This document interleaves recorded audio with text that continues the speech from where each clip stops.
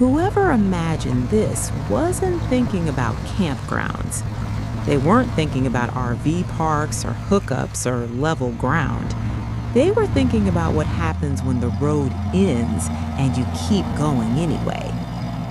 Look at this thing. 6 wheels, matte black armor panels, blue accent lighting cutting through a gray sky like something that just rolled off a classified government contract. And on the back half, an entire living module bolted to a tactical platform that has absolutely no business existing on a public road.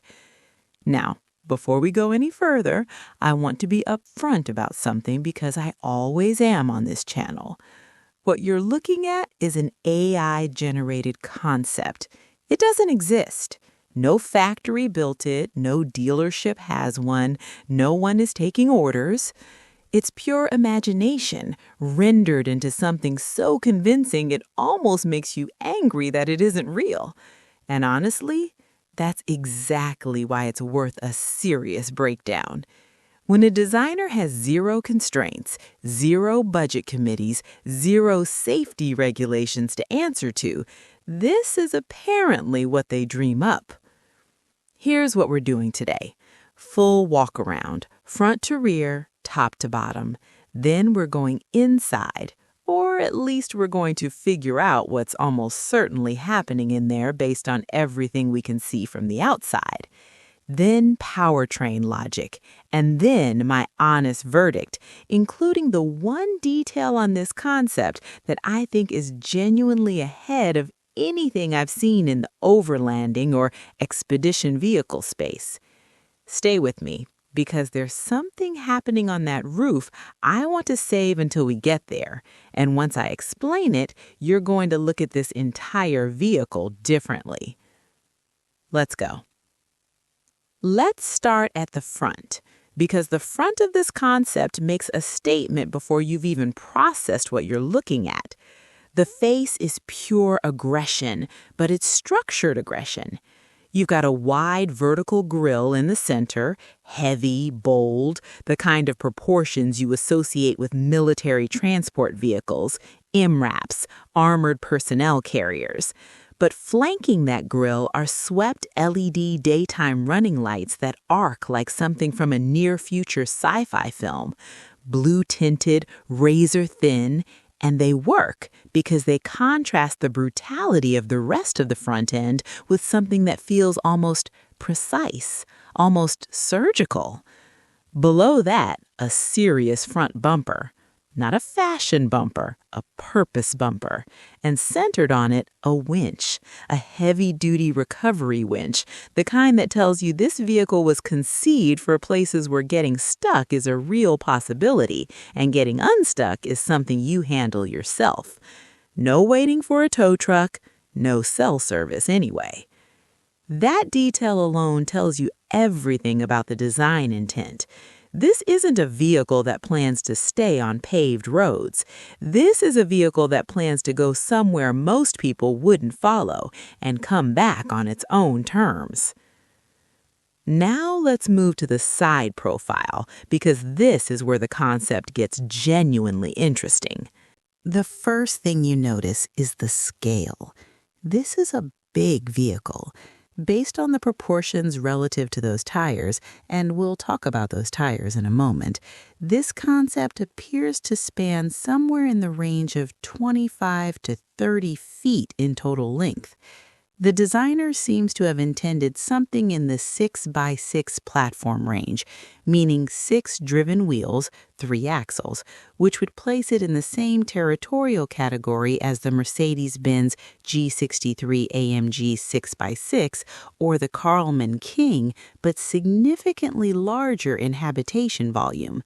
The side profile is divided into 2 distinct personalities. Forward, the cap section, lower roofline, military geometry, angular and deliberate, no wasted curves. Every line has a reason. This section is command and control. It's where you drive, navigate, monitor systems. The windshield is large, well-raked for visibility, flanked by what appear to be additional forward-facing sensor housings on the A-pillars. Rear of the B-pillar, everything changes. The habitation module begins, and it's a box, deliberately, unapologetically a box. But here's why that matters and why it's actually the right choice for this type of vehicle. A box maximizes interior volume. Every curved wall in a living space is volume you can't use. Every tapered roof line is headroom you've given away. The designer of this concept made a conscious decision to prioritize livable space over aerodynamic elegance on the rear module, and in expedition vehicle design, that is absolutely the correct call. You're not doing 90 miles per hour on the Autobahn. You're doing 35 across a dry lake bed in Nevada. Aerodynamics are secondary. Space is everything. The panel construction on the habitation box is something I want to highlight specifically. Look at the surface. It's not smooth sheet metal trying to look seamless. It's modular. Visible panel lines, deliberate sectioning, almost like it was designed to be serviced, repaired, or reconfigured in the field. Individual panels could theoretically be replaced if damaged. In the context of serious off-grid expedition use, that's not just aesthetic, that's a maintenance philosophy built into the design language. Smart, really smart. The windows on the habitation section are small and deeply recessed, not because the designer didn't care about natural light, we'll revisit that theory when we get inside, but because small, deeply recessed windows in a vehicle like this serve a specific purpose. They're harder to compromise, they retain more thermal insulation. And on a vehicle with this kind of tactical DNA, they read as intentional privacy, which in expedition overlanding, especially in remote or politically uncertain terrain, is actually a feature, not a limitation. Now, the wheels. These are massive, aggressive all-terrain tires, and based on the visual scale, we're likely looking at something in the 40 to 46-inch range, mounted on what appear to be matte black beadlock-style wheels. Beadlock wheels mechanically clamp the tire bead to the rim, which allows you to run extremely low tire pressures on soft terrain like sand, mud, or snow without the tire rolling off the rim. On a vehicle designed for serious off-road use, that's not optional equipment, that's a survival tool. The stance is planted, wide, commanding. This concept sits on the ground like it has no intention of going anywhere it doesn't choose to go. And then there's the roof. And this is where I want to pause, because this is what I mentioned at the start, and it genuinely surprised me when I started analyzing it carefully. The roof isn't one system. It's layered. You've got the cab section with what appears to be a sensor and communication array, antenna clusters, what might be a forward-facing camera system, and a light bar running amber and blue that suggests some form of emergency or expedition signaling capability. Not decorative, functional. Then on the habitation module, a separate raised roof pod with its own rack system, mounting points that appear designed for solar panel integration, additional storage, and potentially a rooftop deployment platform, meaning a space that could expand, pop up, or unfold when stationary. We'll explore what that likely means for interior sleeping and living arrangements in a moment. The fact that the roof is designed as a system, not just a surface, tells you the designer understood that on an expedition vehicle, vertical real estate is just as valuable as floor area. Every square meter of that roof is doing something. The exterior alone makes this one of the most commanding concepts I've analyzed on this channel. But honestly, the exterior is the easy part. because what I think is happening inside this machine, given everything these proportions are telling us, is where things get really genuinely interesting. Let's go in. Now, no interior renders were provided with this concept, so what I'm going to do is something I genuinely enjoy doing on this channel. I'm going to read the exterior like a blueprint, because a well-designed vehicle exterior tells you almost everything about what the designer intended inside. Think of it as forensic architecture. Let's start with the fundamental question. How tall is it in there? Based on the exterior roofline of the habitation module and accounting for floor structure, undercarriage clearance, and insulation thickness, the designer appears to have been targeting something in the range of 6.5 to 7 feet of interior standing height. In a vehicle of this scale and category, that's full stand-up clearance. And I want you to understand why that changes everything. The difference between a 5'10" interior and a 6'6" interior isn't just comfort, it's psychology. At full stand-up height, your brain stops registering the space as a vehicle and starts registering it as a room. That psychological shift is the difference between feeling like you're enduring a camping trip and feeling like you've arrived somewhere. The designer understood this. It's the most important number in the whole concept. Now let's walk through the layout logic. The cab section takes up roughly the front third of the vehicle's length. This gives you a driver and co-pilot position, likely elevated with commanding visibility through that wide windshield. In a concept with this much tactical DNA, I'd expect the cockpit to feature a dual-screen navigation and monitoring cluster, terrain management controls, differential locks, suspension modes, winch control, possibly a drone deployment interface, and a communications panel.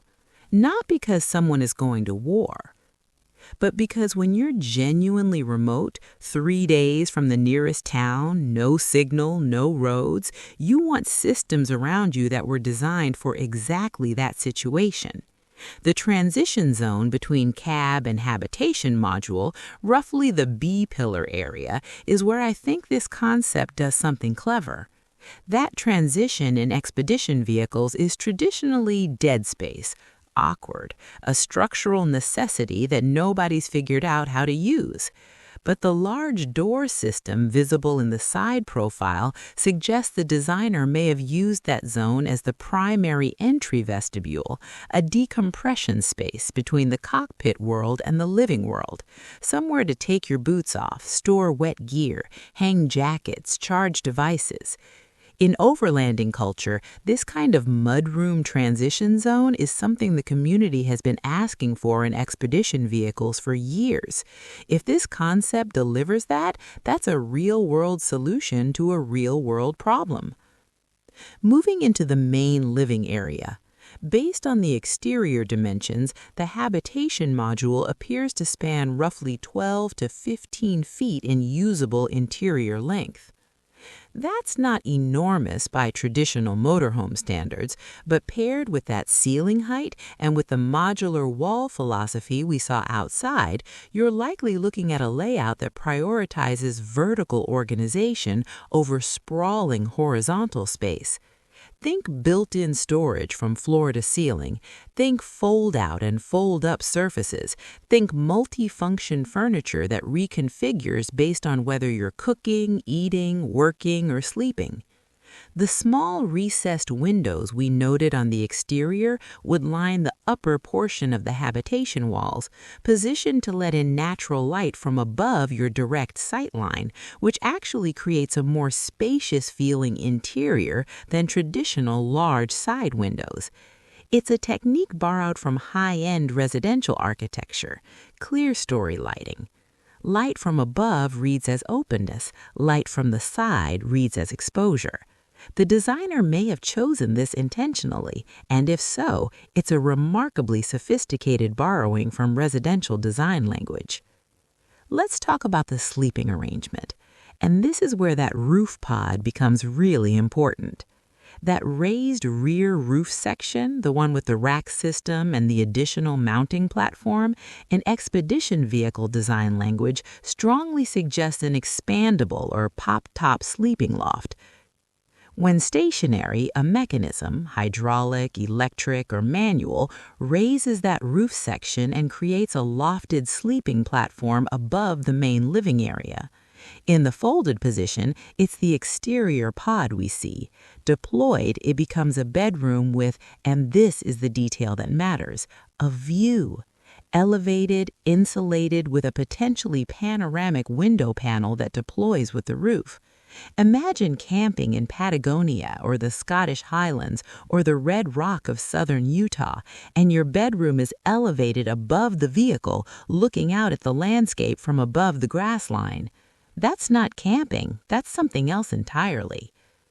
The kitchen, in a layout like this, would almost certainly occupy the rear quarter of the main living module, positioned near the exterior access panel visible on the lower rear of the habitation box. That access panel is a strong indicator of a slide-out cooking station, or at minimum an outdoor cooking connection point, meaning you can cook inside or deploy an outdoor cooking setup when conditions allow. In overlanding culture, the outdoor kitchen is not optional. It's sacred. You've driven to the most beautiful place on earth. You're not eating indoors. The bathroom wet zone would tuck into whatever volume remains between the kitchen and the main living space, likely a compact but thoughtfully engineered wet bath with a composting or cassette toilet system, a compact shower, and gray water management. In a vehicle designed for genuine off-grid use, traditional blackwater systems are a liability. Composting or incinerating toilet technology has advanced significantly, and a concept at this level would almost certainly incorporate it. One more thing about this interior that I think deserves attention. The tactical exterior of this vehicle suggests it was designed for use in environments that are not friendly. Cold climates, remote terrain, potentially unstable political regions. And if that's the design intent, then the interior insulation specification would need to be extraordinary. We're talking about multi-layer wall construction, potentially vacuum-insulated panels, aerogel composite insulation, or similar aerospace-grade thermal management that would allow this vehicle to maintain a comfortable interior temperature in conditions ranging from desert heat to deep Arctic cold, without shore power, without hookups, completely self-sufficient. Living in something like this would feel, if the designer got it right, less like a vehicle and more like a very sophisticated, very private, very well-equipped room that happens to be able to go anywhere on Earth. That's the interior theory. Now let's talk about what actually powers this thing, because that's where the engineering gets genuinely ambitious. Let's be honest about something up front. A vehicle of this size, this mass, and this off-road capability is an engineering challenge that even the best real-world manufacturers would struggle with. This is still conceptual territory, but the logic here is sound, and if someone were ever brave enough to actually build this, here's what the powertrain conversation would look like. First, propulsion. A platform of this scale and intent would almost certainly require a hybrid or fully electric drivetrain with a very large battery capacity. Based on the exterior proportions and roof system, I'd estimate the designer was envisioning something in the range of a 150 to 200 kilowatt-hour battery pack, enough to deliver serious off-road range while powering the onboard living system simultaneously. That's a significant battery, but in a vehicle this size, the packaging volume exists. The six-wheel drivetrain configuration would ideally feature individual electric motors at each axle or each wheel, what engineers call a distributed drive system. The advantage isn't just power, It's precision. Individual wheel torque control means this vehicle could theoretically navigate terrain that would defeat a conventional four-wheel drive system because each wheel can receive exactly the right amount of power at exactly the right moment, independently of the others.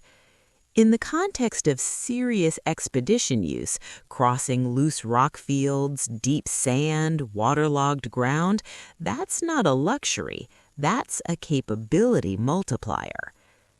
Now, the roof. That sensor and equipment cluster on the forward cab roof is doing more than just looking tactical. In a near-future production scenario, you'd be looking at a combination of solar collection surface, satellite communication array, and potentially LiDAR or terrain mapping sensors for semi-autonomous low-speed navigation. Imagine the vehicle being able to navigate a rocky trail at walking pace on its own, while you walk alongside it, guiding it through obstacles from outside. That technology exists in prototype form right now. On a concept like this, it's not science fiction, it's a near-term engineering target. The solar integration on the habitation roof pod based on the surface area visible could realistically generate somewhere in the range of 800 watts to 1.2 kilowatts under good conditions. That won't charge the main drive battery quickly, but it will meaningfully extend your off-grid stationary capability. Running lights, climate systems, kitchen appliances, communications, all sustained by the sun while you're parked for days in a location with no infrastructure. In pure overlanding terms, we're likely talking 5 to 7 days of comfortable stationary living completely off-grid, potentially indefinitely with disciplined power management. That's not a weekend camping trip. That's a different way of living. The technology to make everything in this concept work doesn't fully exist yet, but the closest real-world equivalents are emerging right now from companies working at the intersection of defense technology, expedition vehicle engineering, and electric mobility. This concept is perhaps 10 to 15 years ahead of what you could actually purchase today, but the direction it's pointing, that direction is real. All right, my honest take. What this concept does genuinely well, and I mean genuinely well, not just visually well, is commit completely to a design philosophy. There is no confusion here about what this vehicle is supposed to be. Every decision, the matte black finish, the armor-style panels, the 6-wheel platform, the tactical roof systems, the small recessed windows, all of it is coherent. All of it points in the same direction. A lot of concept vehicles fail because the designer wanted it to be 10 things at once. This one knew exactly what it wanted to be, and that clarity of intent is rare, and it's impressive. The modular panel construction philosophy is the detail I keep coming back to. Not the LED lighting, though that's dramatic and effective, not the 6-wheel stance, though that commands attention immediately, but those deliberately sectioned panels on the habitation module. The idea that a vehicle designed for extreme remote use should be field serviceable, that individual surfaces could be accessed, repaired, or replaced without returning to a facility, that's design thinking borrowed from aerospace and military engineering and applied to personal mobility. I genuinely haven't seen that treated as a design language element on an expedition vehicle concept before. That's the detail I'd want to carry into a real production brief. Now, what I'd question, and I want to be honest here because not everything deserves equal praise, is the livability of those small windows on the habitation module in certain contexts. The tactical logic is sound, but humans living in a space long-term need natural light in ways that small recessed windows may not fully satisfy. I'd want to see the pop-top roof section integrate a large overhead skylight, something that floods the interior with vertical light when you're stationary to compensate for what the side windows deliberately withheld. One design decision could solve that tension completely. What does this concept say about where luxury mobility is heading? I think it says something important. The idea of luxury is shifting. For a previous generation, luxury meant soft surfaces, bright chrome, hotel lobbies on wheels. The emerging definition of luxury, especially among the overlanding community, the serious expedition traveler, the person who uses their freedom intentionally, is capability. Luxury is going where others can't. Luxury is staying off-grid longer than anyone thought possible. Luxury is not needing anyone else's infrastructure. This concept, fictional, AI-generated, existing only in imagination, understands that shift. And that understanding feels like it's ahead of its time. This will never exist exactly as you've seen it today, and that's fine. That's not the point. The point is what it makes you think about, what you want from the road, what freedom actually looks like when someone removes every limitation and just imagines. Now, I want to hear from you. This concept is clearly built for serious off-grid expedition use, but here's my question for the comments. Would you actually use something like this for camping, or does the tactical military aesthetic feel too intense for how you want to experience the outdoors? Drop your answer below. Genuinely curious where people land on that. And if this kind of deep dive concept analysis is what you come to YouTube for, there's a lot more of it on this channel, and subscribing is the most logical thing you can do right now to make sure you don't miss the next one. No pressure, just math. I'll see you on the next concept. Whatever it is, I promise it's worth the wait.